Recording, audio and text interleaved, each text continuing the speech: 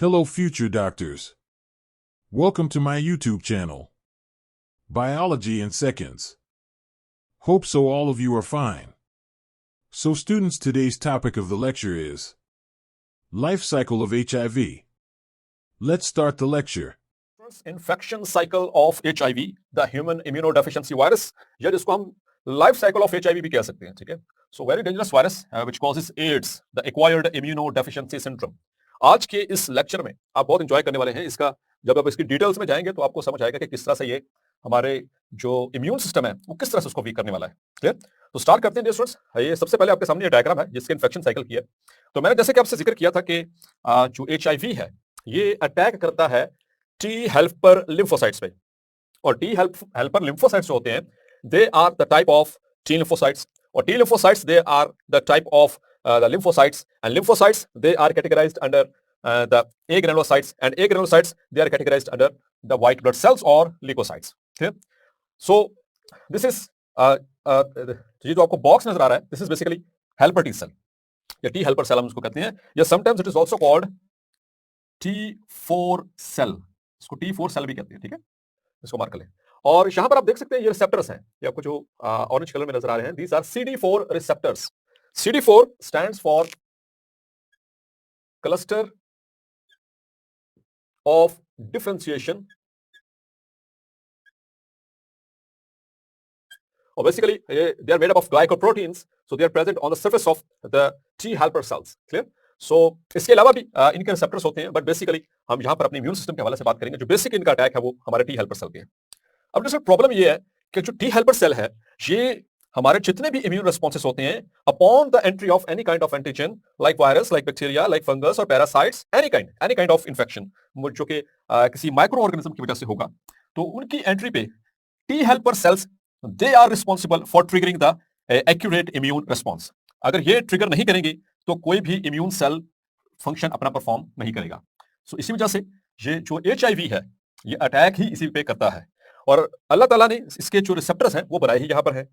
तो late us start, ये थोड़ा सा स्ट्रक्चर देख लें। So this box is T helper cell, all this is T helper cell having the cluster of differentiation, the CD4 receptors, ये CD4 receptors, clear? और this is the plasma membrane of the T helper cell, this is nucleus, ये इसका nucleus है। ठीक है, so let us start. So first point, the फर्स्ट step of the HIV life cycle or infection cycle of HIV is, so this is as you can recognize ये HIV है।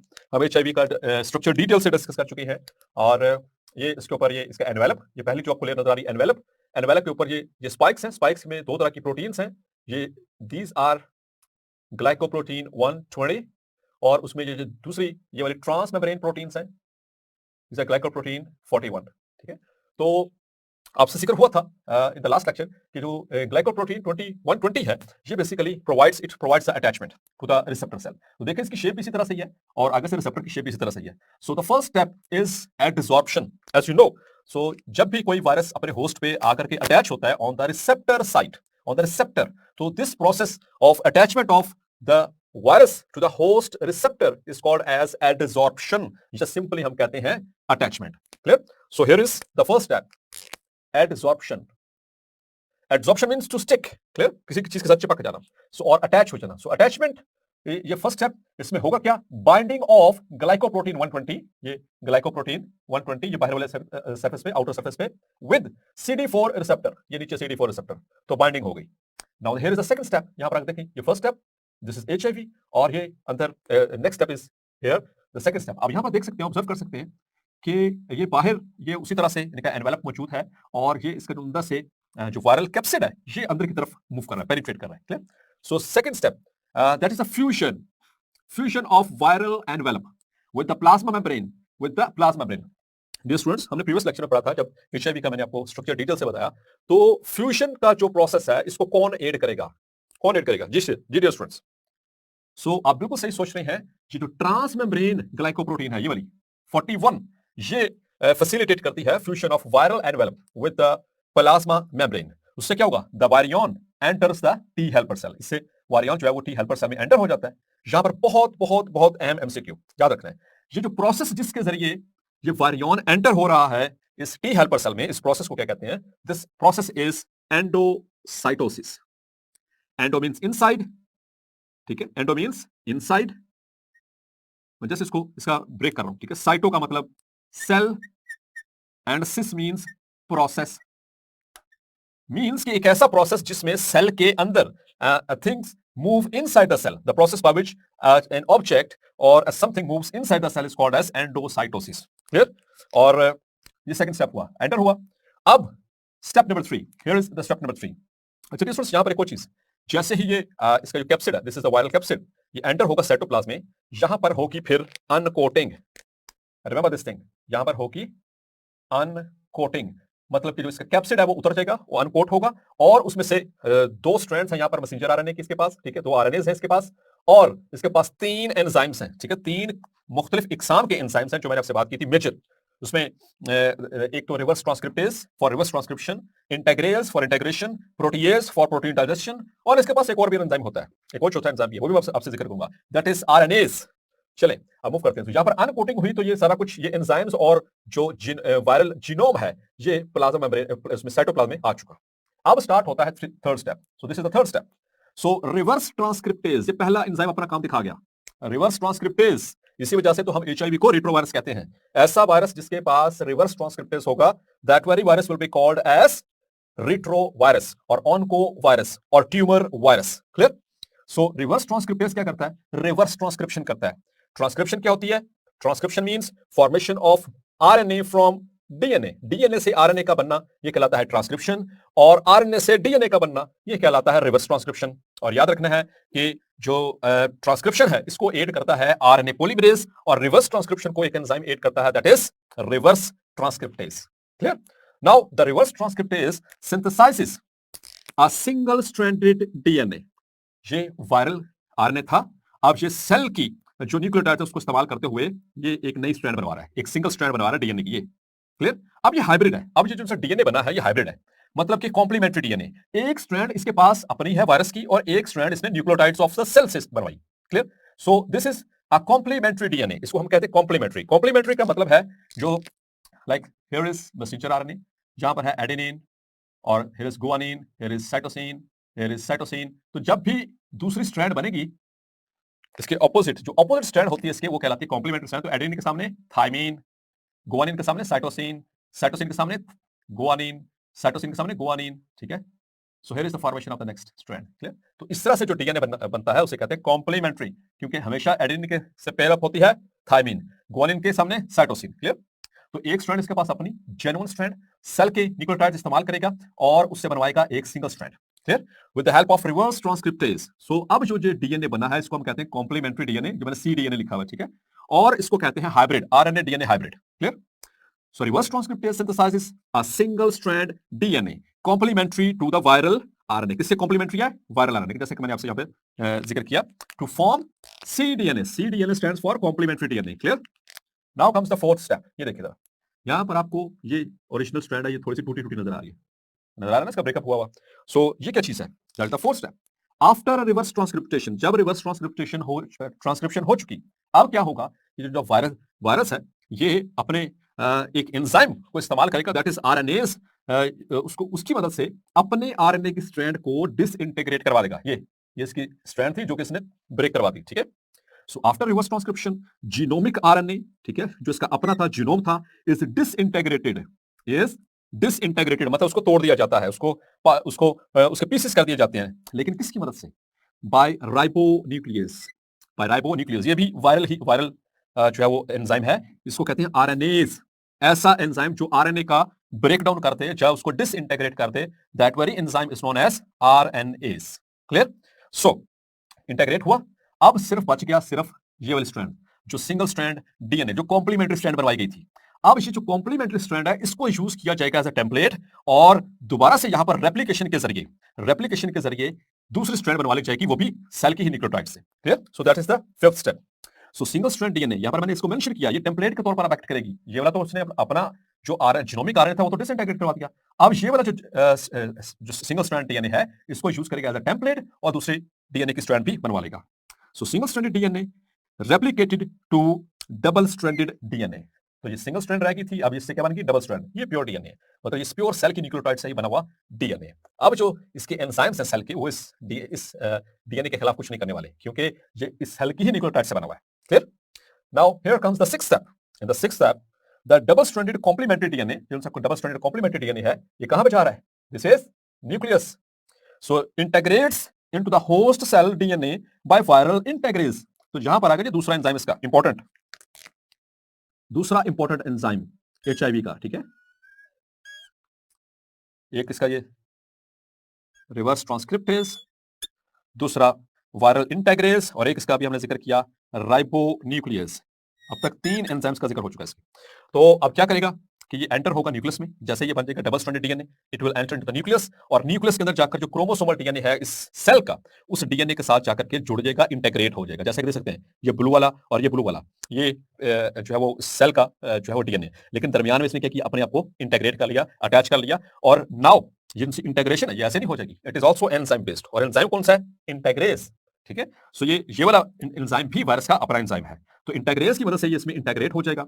अब ये जो इंटीग्रेटेड डीएनए है, कॉम्प्लीमेंट्री डीएनए, ये integrated जो इसके अंदर इंटीग्रेट हो चुका है, इसे हम कहते हैं provirus. So here we go, the integrated DNA the integrated DNA now called provirus. अब इसे हम क्या कहेंगे? Provirus. क्लियर?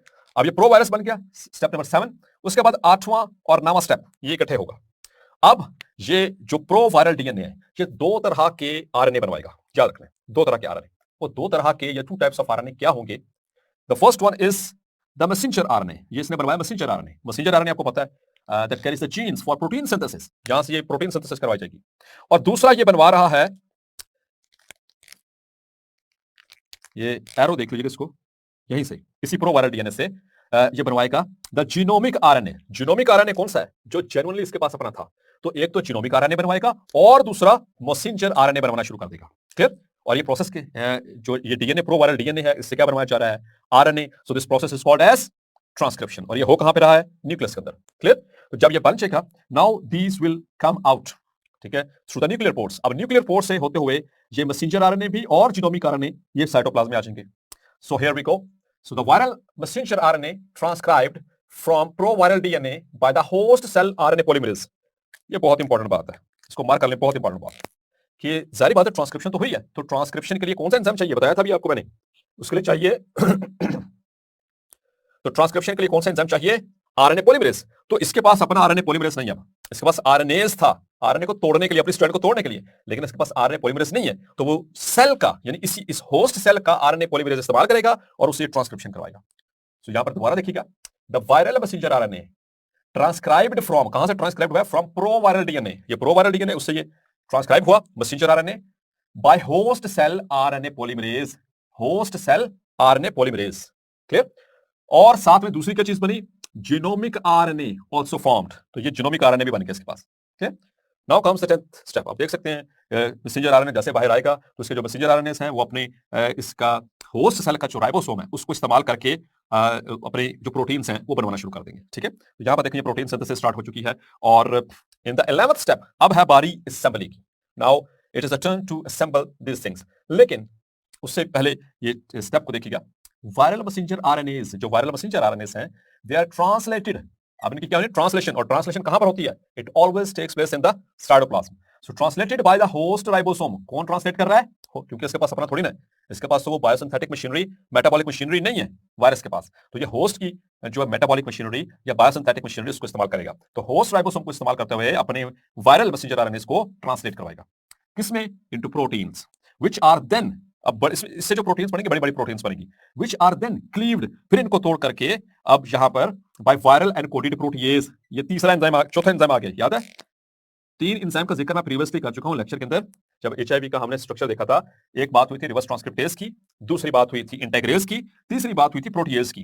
तो यहां पर इसका अमल दखल है इस प्रोटीएज का। तो जब बड़ी बड़ी प्रोटीन्स बनवा ली जाएंगी ट्रांसलेशन के जरिए, तो अब वायरस का जो प्रोटीएज था वो इन बड़ी बड़ी प्रोटीन्स को क्लीव करेगा, तोड़ेगा, और इन प्रोटीन से फिर अपने पार्ट्स को बनवाएगा। So they are cleaved by the viral encoded protease into virion structural proteins. तो वायरस की जो अपने स्ट्रक्चरल प्रोटीन्स हैं उससे बनना शुरू हो जाएंगी। And in the second last step, in the 11th step, is assembly. इससे क्या होगी? असेंबली। ये सारे हिस्से जैसे कि यहाँ पर देख सकते हैं ये कैप्सिड बन चुका है, यहाँ पर कुछ स्ट्रैंड्स बन चुकी हैं, मुख्तलिफ तरह के पार्ट्स बन रहे हैं। सो द 11th और the second step is assembly. इसमें क्या होगा कि जब ये सारी चीजें असेंबल होना शुरू हो जाएंगी और उससे मैच्योर वारियंस प्रोड्यूस होना शुरू हो जाएंगे। यहाँ पर देख सकते हैं ये वारियन यहाँ पर बनना शुरू हुआ, ठीक है। और अल्टीमेटली द फाइनल स्टेप या यहाँ पर इसके पास वो एनवेलप प्रोटीन्स हैं, ठीक है। तो ये असेंबल होना शुरू हो गए और यहां से फ्यूज करने के बाद यहां से आप बड ऑफ करने वाले हैं। So the mature virions gradually released by budding off, ये मार्क करो बेटा, एमसीक्यूज करिए कि रिलीज कैसे होते हैं, रिलीज्ड बाय बडिंग ऑफ, यहां से बड ऑफ करें। बडिंग ऑफ कैसे होती है कि सेल से आउटग्रोथ की शक्ल में बाहर निकल जाना, ठीक है। लेकिन जब यहां से ये बाहर निकलेगा तो सेल मेम्ब्रेन यानी जो प्लाज्मा मेम्ब्रेन है सेल की, उसको तोड़ के निकलेगा। और एक तो निकल नहीं रहा, बहुत सारे निकल रहे हैं। तो प्लाज्मा मेम्ब्रेन को साथ तोड़े जा रहे हैं, साथ को लपेट करके जा रहे हैं ताकि किसी और टी हेल्पर सेल पर जाकर के अटैक कर सकें। तो इससे क्या होगा, जब बहुत सारी प्लाज्मा मेम्ब्रेन यहां से टूट जाएगी तो सेल का साइज ग्रेजुअली क्या होगा, it will become small size. और ये इतना स्मॉल होना शुरू हो जाएगा कि ये अपना नॉर्मल फंक्शन परफॉर्म नहीं कर पाएगा। क्लियर? जब ये अपना नॉर्मल फंक्शन इसका क्या था कि इसने इनिशिएट करना है इम्यून रिस्पॉन्स को, ठीक है। So by budding off from the host cell and closing host plasma membrane और सेल मेम्ब्रेन। अब होस्ट सेल साइज क्या होगा, decrease, and the cell will become non functional. तो ये T helper cell non functional, मतलब ये अपना function normal perform नहीं कर पाने वाला। रीजन, क्योंकि आहिस्ता आहिस्ता जैसे जैसे वो निकलते जा रहे हैं, इसको तोड़ते जा रहे हैं, खाते जा रहे हैं, अल्टीमेटली बहुत छोटा साइज का रहेगा। जब साइज का इफेक्ट हुआ तो ये अपना नॉर्मल काम नहीं करेगा, मतलब कि on the entry of any kind of micro organism it will not trigger the immune response. Clear? तो ये किसी की ड्यूटी नहीं लगाएगा। फिर आहिस्ता आहिस्ता यहां से बर्ड ऑफ होते जा रहे हैं, दूसरे टी हेल्पर सेल्स को अटैक करते जा रहे हैं। इससे क्या होगा, आहिस्ता आहिस्ता जब सारे के सारे जब वो कैप्चर होना शुरू हो गए, या टी हेल्पर सेल्स जिन्होंने इम्यून रिस्पॉन्स को शुरू करवाना था, इग्नाइट करवाना था, तो आहिस्ता इम्यून सिस्टम भी डेफिशिएंट होना शुरू हो जाएगा, मतलब कि कॉम्प्रोमाइज होना शुरू हो जाएगा। इसी वजह से इस वायरस का क्या नाम रखा गया, HIV, ह्यूमन इम्यूनोडेफिशिएंसी। मतलब कि इम्यून सिस्टम डेफिशिएंट हो जाता है, ये वायरस है। Hopefully clear. Hope so this lecture is very well clear to all of you. Test of this topic is available on next video. Must attempt the test. Goodbye. See you in next video.